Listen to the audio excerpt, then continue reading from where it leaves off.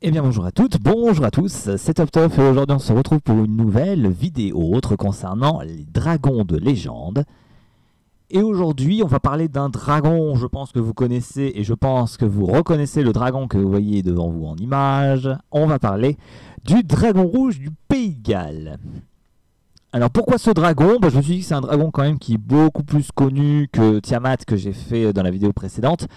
Et je me suis dit on va parler plutôt de ce dragon là.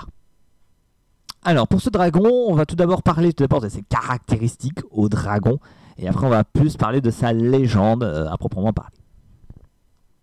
Alors ce dragon rouge du Pays de Galles est tout d'abord majestueux et c'est l'une des créatures les plus féroces de la planète. Ce dragon est doté d'une mémoire exceptionnelle car il n'oublie jamais ses ennemis.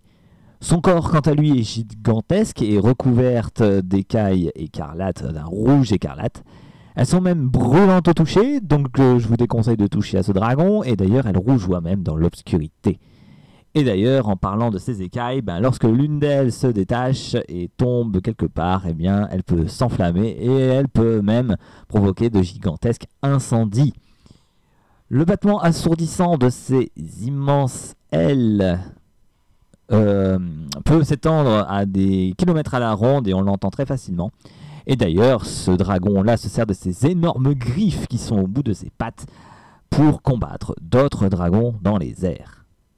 Lorsqu'il est en colère, ce dragon peut aussi cracher d'immenses flammes et il en est même si fier qu'il le fait tout simplement pour assouvir sa toute-puissance.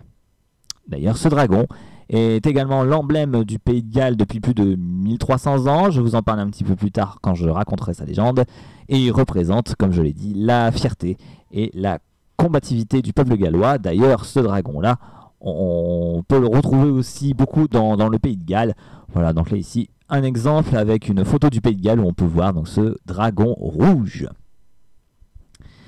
Alors pour parler un petit peu de sa légende, d'où il vient ce dragon rouge?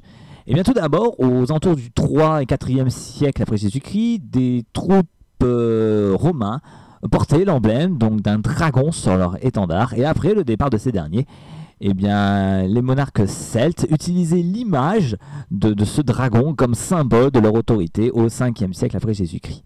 Et d'ailleurs, même, le nom d'Arthur Pendragon est dérivé de ces étendards. Arthur Pendragon, donc très connu dans les légendes, notamment arthuriennes, d'où son nom.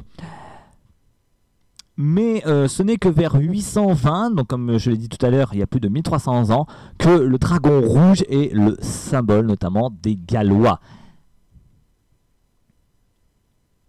Mais ce n'est en fait que dans les années 1100 que le dragon rouge est associé aux légendes arthuriennes, car en réalité, l'enfant Merlin a averti le roi Loud de la présence de 2 dragons sur les fondements de son propre château en construction. Donc 2 dragons, un rouge notamment et un blanc, que je vais vous montrer. Voilà, juste ici, et là que vous voyez en bas à droite, il y a un dragon rouge, donc le dragon rouge du Pays de Galles, ainsi qu'un dragon blanc.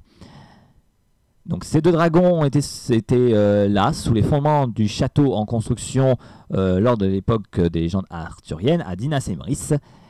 Et une excavation met au jour un dragon rouge et blanc qui se combattent. Merlin présente donc le dragon rouge comme représentant des Gallois, et le dragon blanc, lui, représentant les Anglo-Saxons, le peuple germanique installé dans la partie de Grande-Bretagne à l'est du Pays de Galles. D'ailleurs, suite à ça, le roi, ennuyé par le tapage de ces 2 dragons, les fit enterrer sous une montagne. Et quand les monstres furent enfin libérés, le dragon rouge l'emporta sur le dragon blanc. Et d'ailleurs, ce n'est que vers 1400 que le prince gallois utilisa l'étendard du dragon lors de sa révolte contre la couronne d'Angleterre.